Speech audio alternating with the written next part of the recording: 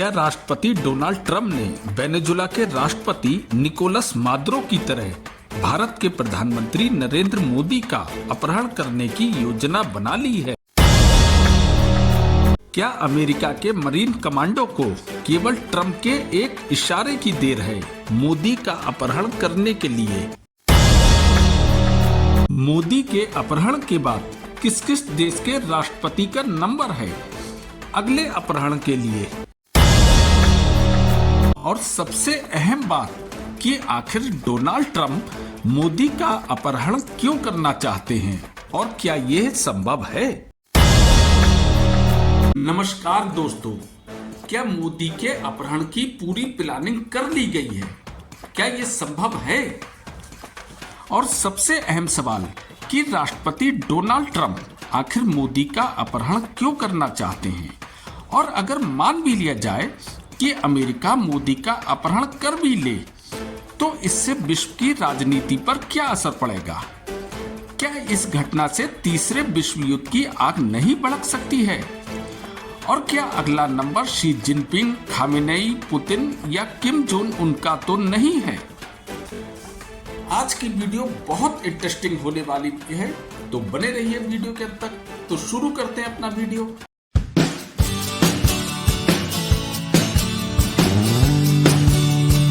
तो दोस्तों, राष्ट्रपति डोनाल्ड ट्रंप अमेरिका के एक सनकी राष्ट्रपति हैं और वेनेजुला के राष्ट्रपति मादुरो का अपहरण करने के बाद ट्रंप की सनक सातवें आसमान पर पहुंच गई है। यह अमेरिका के इतिहास में पहली बार होगा कि एक सनकी राष्ट्रपति अपनी सनक से पूरी दुनिया में कोहराम मचा सकता है, जो अमेरिका के लिए भी एक खतरे की घंटी है। जिस प्रकार द्वितीय विश्व युद्ध में हिटलर ने अपने आप को संपूर्ण विश्व का सर्वेसर्वा समझने लगा था, जिस कारण पूरी दुनिया ने एक मजबूत गठबंधन बनाकर न केवल हिटलर का अंत किया, बल्कि उस समय के सबसे शक्तिशाली देश जर्मनी को युद्ध में करारी हार का मुंह देखना पड़ा था। अब सवाल ये उठता है कि आखिर डोनाल्ड ट्रंप मोदी के अपहरण की योजना क्यों बना रहे हैं?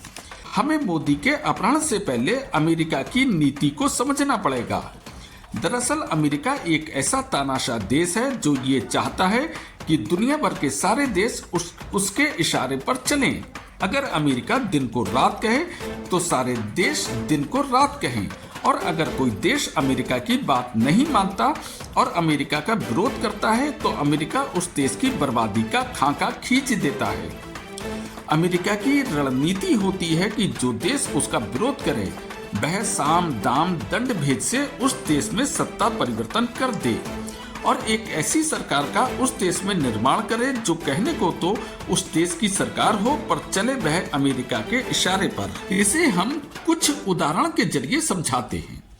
याद कीजिए 2003 का इराक युद्ध, जब अमेरिका ने ये कहते हुए इराक पर हमला किया कि सद्दाम हुसैन ने अपने देश में रासायनिक हथियार बना लिए हैं, जिससे पूरी मानव जाति को खतरा उत्पन्न हो गया है, और जबकि युद्ध के पश्चात इराक में एक भी रासायनिक हथियार नहीं निकला। दरअसल इराक के राष्ट्रपति सद्दाम हुसैन अमेरिका की बात नहीं मानते थे और अमेरिकी डॉलर को लगातार नुकसान पहुंचा रहे थे, जिसका नतीजा ये हुआ कि अमेरिका ने झूठा प्रोपेगेंडा रचकर एक पूरे के पूरे देश को ही खत्म कर दिया।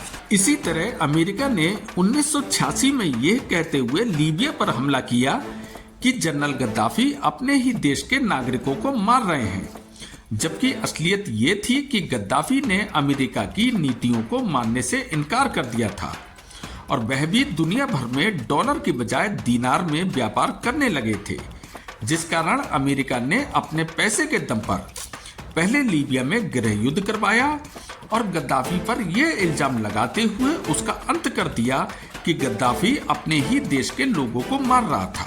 इसी तरह अफगानिस्तान में अमेरिका ने ओसामा बिन लादेन को अपने फायदे के लिए खुद उसका निर्माण किया, और जब लादेन ने अमेरिका के वर्ल्ड ट्रेड सेंटर पर हमला किया तो अमेरिका ने केवल लादेन को सजा देने की बजाय पूरे के पूरे देश को ही तबाह कर दिया।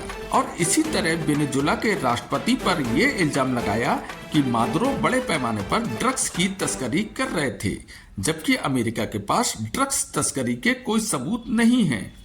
और इसी तरह अमेरिका झूठा प्रोपेगेंडा रचकर किसी भी देश का अंत कर देता है। और आज के समय में मोदी ट्रंप के दुश्मन नंबर 1 बन गए हैं, क्योंकि मोदी भी वही गलती कर रहे हैं जो अतीत में Gaddafi, Saddam Hussain, Nicolas Maduro कर चुके हैं।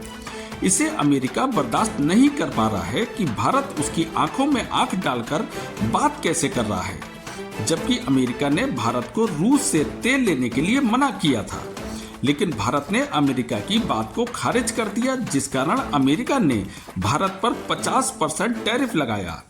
लेकिन भारत की कूटनीति के कारण अमेरिकी टैरिफ वॉर भी खाली चला गया।